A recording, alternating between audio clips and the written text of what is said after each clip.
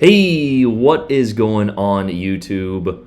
Aaron here. We are back, ladies and gentlemen. And guys, in today's video, we have our first look at the Velos, the newest campaign ship to come to World of Warships Legends.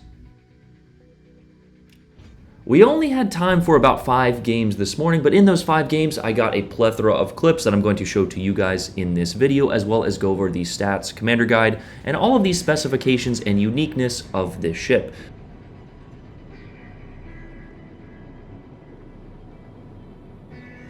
Now, we do know that this ship is a Fletcher-class destroyer that was transferred over to the Greek Navy in 1959. However, unlike other Fletcher-class destroyers, she is missing one of her 2 quintuple launchers, as well as one of her 5 guns. So you only have 5 total torpedoes and 4 total guns.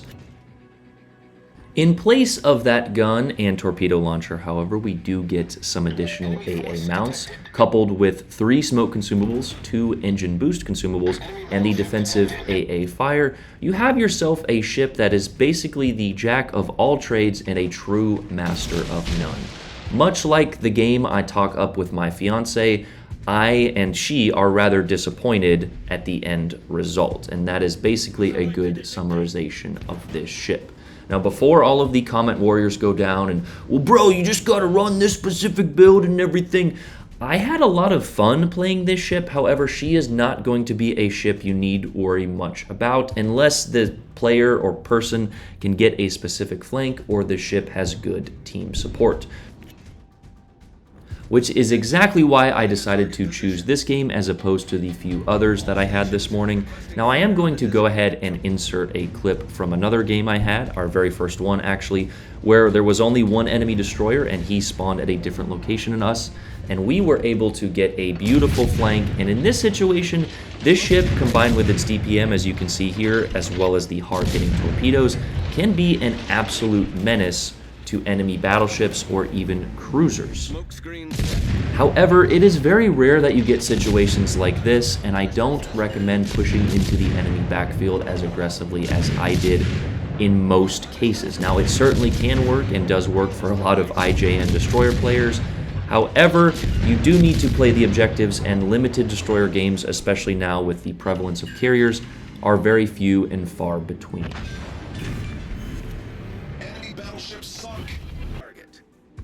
As we were saying, though, the reason I decided to choose this game as opposed to others is this game kind of highlights and emphasizes a destroyer-on-destroyer engagement, as well as the lack of versatility with only 1 torpedo rack. As you just saw there is obviously a destroyer in the cap and some short-range torpedoes. If you looked at the scoreboard at the beginning as a Fletcher goes down, there was a Paulo Emilio, which, if you don't know, is a kind of chunky ambush predator with fast speed and the Italian rolling smoke, as well as some devastating torpedoes. And as you can also see, our twist and track, or perceptive, is indicating that he is going around this southeast side of the island here. Now, if you're paying attention to the minimap, we do actually have a decent amount of support on this flank. There is a battleship there on the inside which can shoot this destroyer if he pops around. We also have a friendly Akizuki, which is a very strong gunboat, heading in that direction. That is when the Paulo becomes detected, and this is when you get the classic update day team. The Akizuki was more focused on the battleship over there, as you saw him launch a set of torpedoes, and now he is thrust into a very uncomfortable situation with this Paulo, and yet he is not going to do that well. We decide to utilize our AP here. The American 127s are very good. However, these shells just feel like they are, I don't know, they don't feel strong to me at all. Now, we did get a decent amount of damage off of that Paulo. However, we know that the Paulo does have a large amount of health, and in the meantime, we did manage to get a torpedo hit on that anchorage. It is never a good idea to sit in your smokescreen, as we actually found out earlier this morning. Now, I did know that those torpedoes were on the way. However, I was not able to dodge. It felt like the acceleration from this thing was not that great. However, the other aspects of her maneuverability are pretty good. She does have a decent top speed, as well as kind of a tight and fast rudder shift there. Now, this situation that I've found myself in is one you probably do not want to put yourself in too often in this ship. We were fortunate enough to be up-tiered going against a Richelieu with battleship support, but as you guys clearly know, that Paulo is still behind us. Now, our perceptive is telling us that the Richelieu is the closest ship, and that is when I kind of see this Amagi abandoning his flank and coming over here to support us, at which point I decide to engage this Paulo, hoping that the battleship that abandoned his flank will shoot at least once at the destroyer. I know, a tough ask, especially on update day. And there, if you guys actually caught it, was the wide and narrow angles for these torpedo launchers, or launcher I should say, similar to the British where you have a single fire and then a quote-unquote wide spread, which is slightly wider than the normal spread for most torpedoes. You basically have a narrow and then a narrower spread. I did get to use both spreads this morning, but unless you have a battleship sailing in a straight line, I always prefer adding that additional surface area, because people just make turns, and for me especially, I judge what a logical player would do, and then this player base does the exact opposite, as you guys will find out here right now as our Amagi is charging into the ship with the highest alpha strike damage of torpedoes, complemented with a rolling smokescreen. And to add on to that, you actually see our Brandenburg, which was engaging that Richelieu, does actually go down. The classic German battleship thing, rush into a crossfire, get your torpedoes, which almost always miss, away, and then sink and go back to port and do it again. No, I'm just kidding. We're definitely going to get some games in the BA Tirpitz. That is sort of the pay-to-win Tirpitz, if you will. Pay to have better or more fun, I guess, with the secondaries and longer-range torpedoes I saw from a different content creator this morning. Classic bait and switch there. Leave it to Wargaming to add in the Tirpitz buff and then add in a potentially stronger Tirpitz. You gotta love it. And with that in mind, I do briefly want to mention a bit of strategy in this video. As you can see on the scoreboard, we are actually down a ship. However, we are up nearly 170 points and 2 caps, with the enemy just now capturing the alpha flank.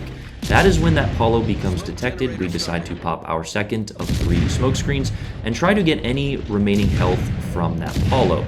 However, this Richelieu is pushing into us. With the shorter reload of your torps, simply get them off of your ship. Now, this is a situation where we talk about guessing where the ship is going to be, and we actually guess correctly. But back to that strategy portion, we did not want to press into any disadvantages, right? All of the enemy ships have to come to us. So now, as we are doing in this situation, we can set up the trap, meaning we can launch our torpedoes, we can sit and DPM in our smoke, all while the enemy has to make the moves in order to win. If we rush at them and we die, that is how we lose this game. We don't have the numbers in terms of teammates advantage, however we do have the cap advantage. And there is a beautiful torpedo hit. I'm just so good with torpedoes. I will insert my win rate and torpedo percentage here, as I have just been launching a bunch of them in a zoning fashion because I do believe we have a 52-second reload on them. But after eliminating that Richelieu, there is only the Paulo left to deal with on our flank, and as I mentioned, we have a massive cap advantage, so as long as our teammates can manage to stay alive for at least 5 minutes, we should be able to pull out this victory. I need your support. That is when we notice that the cap is now contested and the Paulo is on his way. We see his smokescreen come out here, and I'm guessing, since we are located, that he has our location. I probably should have put those torpedoes a bit short, but honestly, we will never know how close they did or did not come to the target. I just put them at his advancing smokescreen in order to slow him down. However, with the quick adjustment of the perceptive here in just a moment, we can guess that he is heading towards our location. I personally would have tried to go after the battleship first and isolate this engagement, but it looks like he is content on trying to YOLO us, and he almost does. Notice how much health he has and how much health we have in this engagement. Well, we almost lost 20% of it in that initial opening salvo. He does give us a broadside, and I wanted to test the AP. A few overpens, a few penetrations there, and we are getting a decent amount of chunk damage. However, he does angle back up to us. The AP works, however, it feels like it's not strong enough. Compared to the other mass chunk damage I feel like I'm getting with other destroyers. Now, of course, this is a Paulo, but it just feels very weak. Out of all of the ships at tier 8, all of the destroyers rather, this to me honestly feels like one of the weakest. With ships like the Lucian, the Z-46, the Hayate, this ship is going to be on a lot of people's back burners. However, it is a new ship. It is the first Greek ship we have in the game. And of course, we have yet to truly get that game, you know, a YouTube high damage, clickbait worthy replay. However, for our first look video, as I do for most of my ships, I like to get a relatively average game that is somewhat exciting, and of course we added in a few edits for this one, so if you haven't liked already, make sure you do so. And here is a situation that actually surprised me just a bit. If you're looking at my perceptive, you probably think the closest target is the Tirpitz in front of me, and that is when I wasn't paying attention early this morning. The Yugumo pops up, and yeah, we are in a tricky spot here. The Yugumo guns do hurt, however, most of his guns are located on the back of his ship. He gets a good chunk off of us, and even with team support, we are barely winning this gunfight against a Yugumo.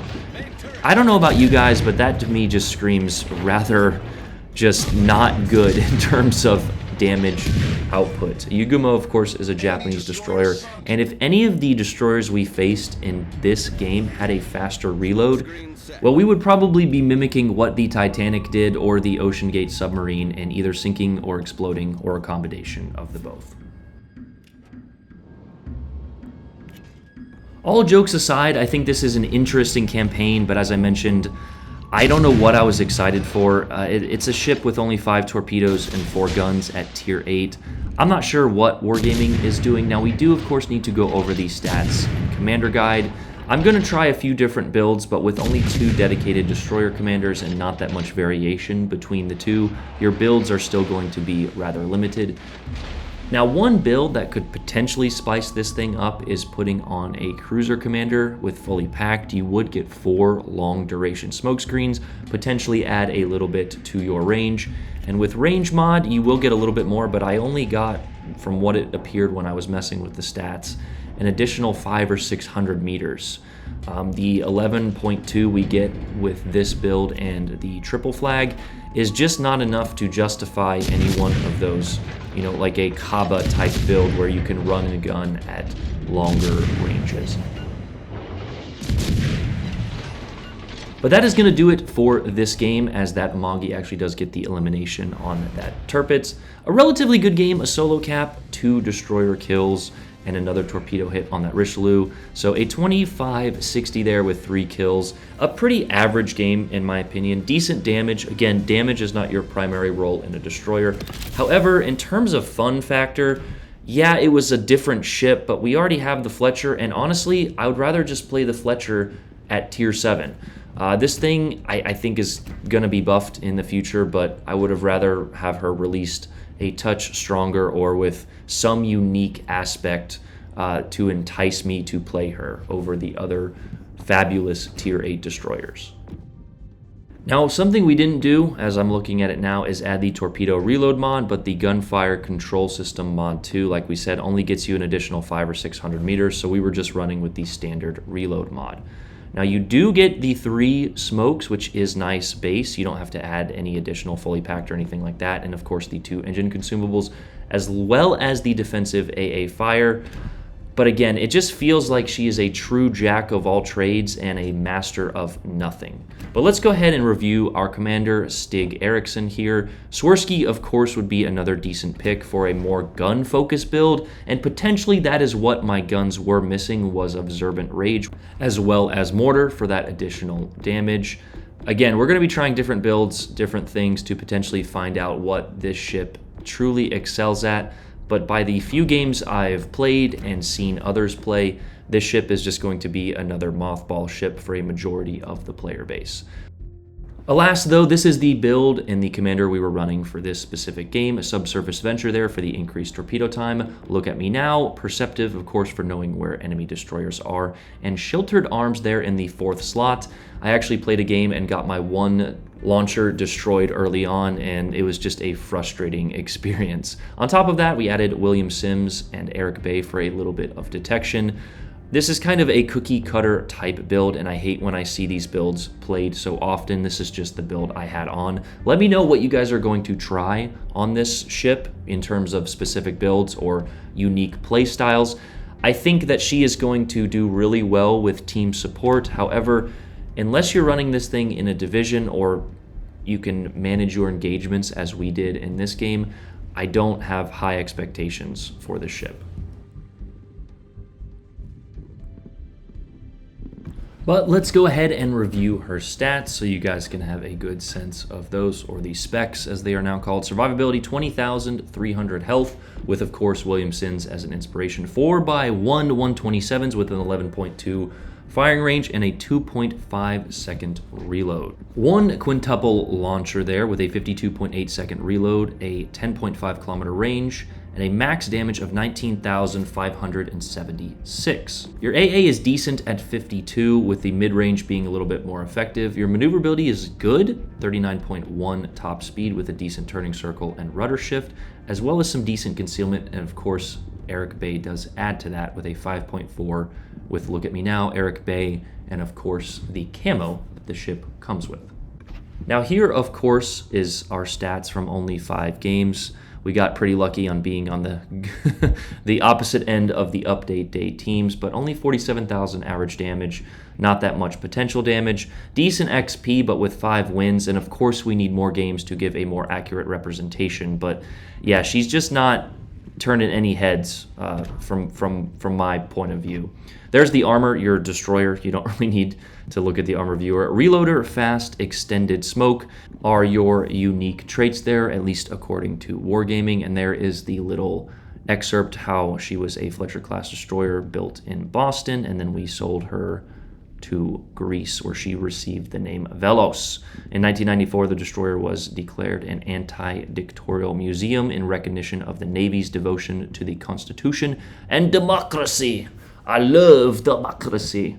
But that is the Velos review there. I hope you guys enjoyed that one. Like I said, I was probably overexcited to play this ship. She's just not great, in my opinion. She is fun, she is unique, and as I've mentioned so many times, it is almost always worth it if you play this game more than once a week to get the campaign. You do get a bunch of goodies, a bunch of rewards in terms of universal accommodations, insignias, etc. But that is our review. Let me know what you guys thought of that. I will see you guys later tonight on stream while we abuse some of the other ships and players and hopefully don't get abused ourselves. That's the video. Love you guys. I'm out. Peace.